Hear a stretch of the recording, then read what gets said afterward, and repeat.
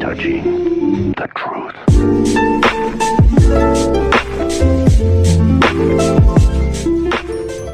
Halo, di sini kelompok kami akan menjelaskan mengenai penanganan masalah kesehatan akibat bencana banjir.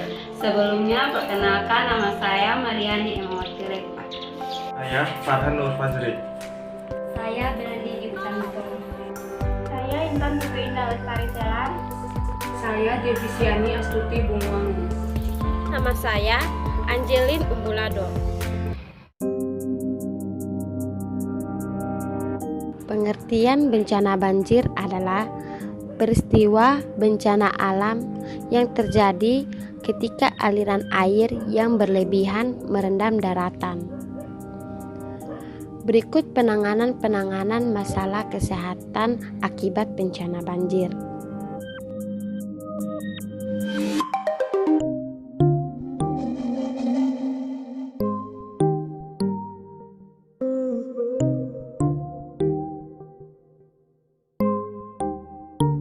Untuk yang pertama adalah penyakit diare.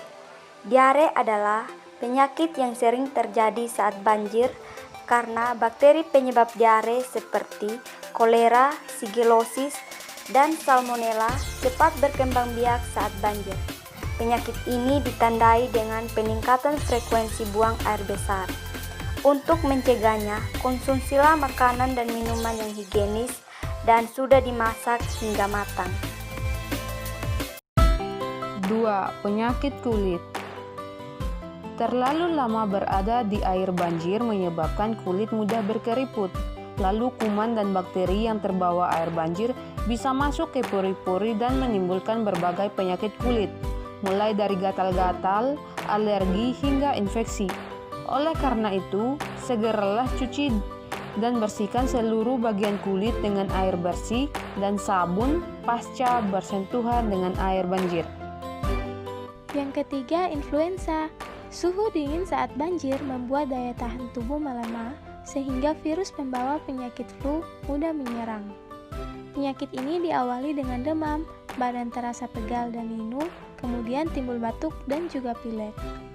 Maka pencegahan influenza adalah dengan menjaga badan agar tetap hangat. Selain itu, perbanyak minum air putih hangat dan vitamin C untuk meningkatkan daya tahan tubuh. Yang keempat adalah malaria dan DBD. Potensi timbulnya kedua penyakit ini sangat besar saat banjir maupun sesudahnya, karena nyamuk penyebab penyakit ini lebih cepat berkembang biak saat musim hujan maupun pasca banjir. Gejala malaria adalah demam berkepanjangan bisa mencapai 10 sampai dengan 15 hari, lalu sakit kepala dan menggigil. Sedangkan demam berdarah ditandai dengan kondisi seluruh bagian tubuh nyeri dan sakit. Untuk pencegahannya, gunakan obat penangkal nyamuk, lalu pasca banjir pastikan tidak ada tempat genangan air di sekitar kita yang bisa menjadi sarang nyamuk berkembang biak. 5. Tifoid. Bagi korban banjir, rawan terserang tifoid karena penyakit ini terjadi akibat kontaminasi bakteri Salmonella Typhi melalui makanan. Apalagi pada saat banjir tiba, konsumsi makanan cenderung seadanya.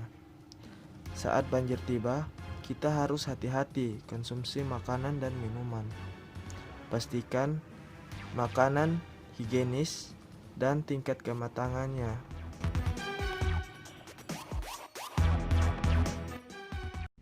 Baik, sekian hasil video presentasi dari kelompok kami mengenai penanganan masalah kesehatan akibat bencana banjir.